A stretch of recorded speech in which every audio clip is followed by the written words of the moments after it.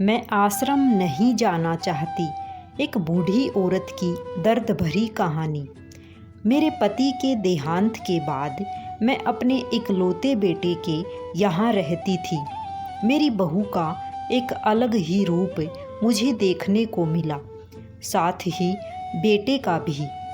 दोनों के मन में क्या है मैं अच्छे से जानती हूँ। वो चाहते हैं कि मैं वृद्धा आश्रम चली जाऊँ।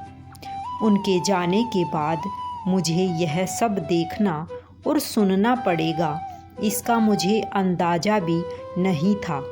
पर मैं मन मार कर अपने बेटे और बहू की बातें सुनकर भी यहाँ रहती हूँ, क्योंकि मुझे मेरे पोते और पोती दिखाई देते हैं।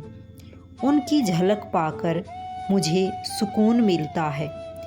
मेरी बहू को कोई दिक्कत नहीं हो, इसलिए मैं घर के बाहर रहती हूँ।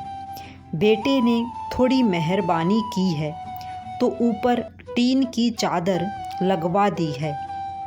समय समय पर थोड़ा राशन दे देता है तो मैं अपना बनाकर खा लेती हूँ। मैंने अपने बेटे को कह दिया है कि मेरी वजह से उन दोनों को कोई समस्या नहीं होगी, बस मुझे यहीं रहने दे, इसी घर में मुझे मर जाने दे। मैं बस यही चाहती हूँ। मैं अपने आप को खुशकिस्मत समझती हूँ कि मेरे बेटे और बहू कम से कम मेरे लिए इतना तो कर रहे हैं।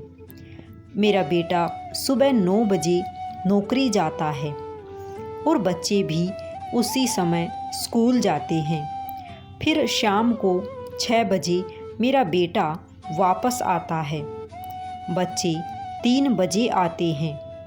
उन्हें आते जाते निकलते देख मुझे बड़ा सुकून मिलता है। मेरे पति के दोस्त थे, उनकी पत्नी का भी स्वर्गवास हो गया है। उस समय पर वो हमारे घर पर आया करते थे। उनसे हमारे अच्छे रिश्ते थे। उनका घर हमारे घर से थोड़ी दूरी पर था। पैरों में समस्या हो गई थी, ठीक से चल भी नहीं पाते थे। वो बड़े दिनों बाद मेरे यहाँ आए। मुझे उन्हें देखकर अच्छा लगा। उनका हाल भी मेरी तरह ही था। बच्चे अब उनसे भी परेशान थे। आकर मेरे पास अपना दुखड़ा रोते थे और उन दिनों को याद करते थे। बुढ़ापा हम जैसों को बहुत रुलाता है। उनकी पत्नी का स्वर्गवास हो गया था और उन्हें चलने उठने में समस्या थी, इसलिए वो तो अपना खाना भी नहीं खा पाते थे। मेरे पास आए तो मैं समझ गई कि यह इतनी मुसीबत में चलकर पुराने दोस्तों के यहाँ चाय और खाने की चाह में ही जाती होंगी।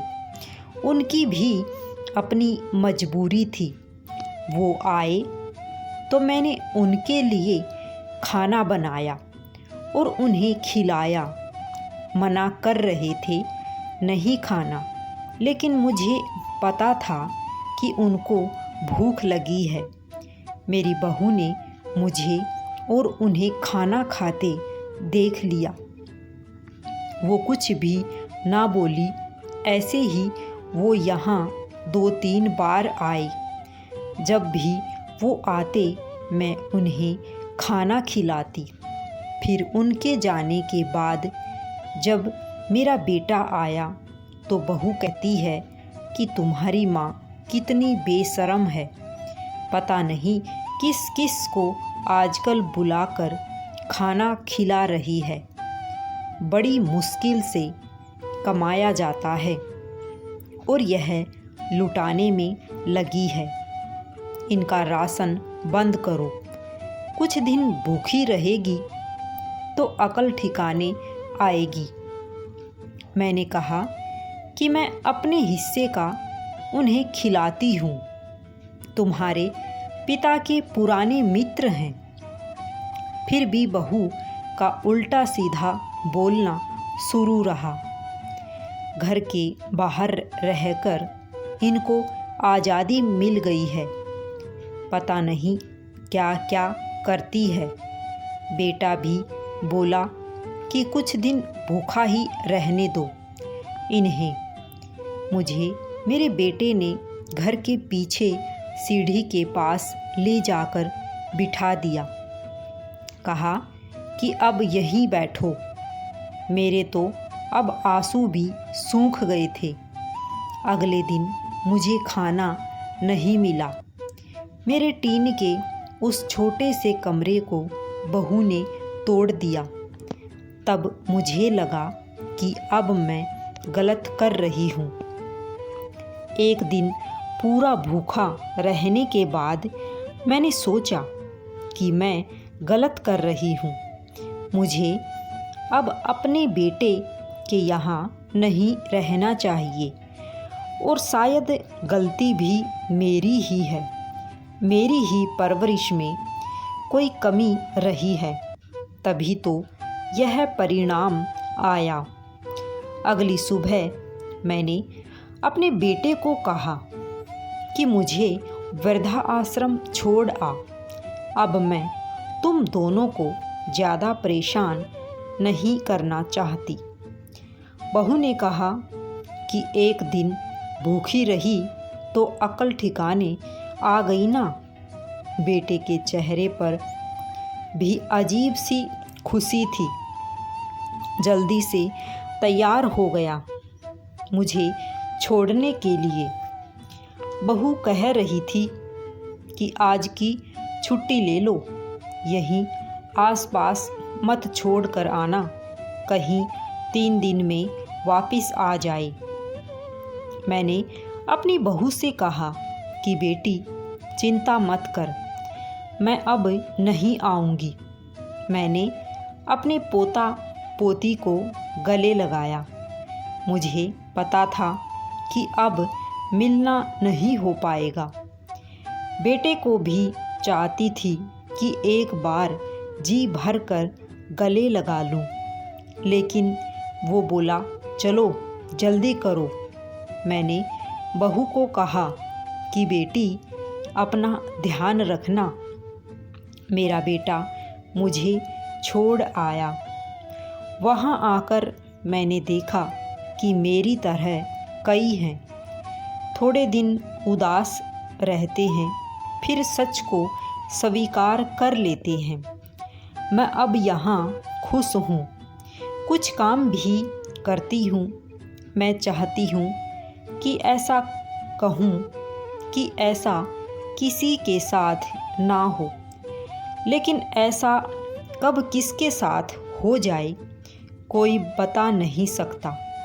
लेकिन माँ बाप को ऐसे समय के लिए भी तैयार रहना चाहिए। बस बच्चों को पाल कर बड़ा कर दो, उनसे कुछ उम्मीद मत रखो। वह बुढ़ापे में सेवा करेंगे या नहीं करेंगे, इसकी कोई उम्मीद नहीं है। यही तो कलयुग है। मैं आश्रम में अब खुश थी। धीरे धीरे अपने पोता पोती को मैं भूलना चाहती थी, क्योंकि मुझे पता था कि अब उनसे मिलना नहीं होगा। कुछ दिन तक मैं रोती रही, लेकिन बाद में मैंने अपने आप को संभाल लिया और मैं खुश रहने लगी। समय का पहिया चलता रहता है और समय सबका बदलता है, जैसी करनी वैसी भरनी। अगर आप सबको ये कहानी पसंद आई हो तो चैनल को सब्सक्राइब अवश्य करें, ताकि आगे आने वाली और भी अच्छी अच्छी कहानियाँ आप सुन पाए। सभी को राधे राधे, सभी को प्यार भरी जय श्री कृष्णा। आप सभी सुखी रहें, स्वस्थ रहें। राधे राधे।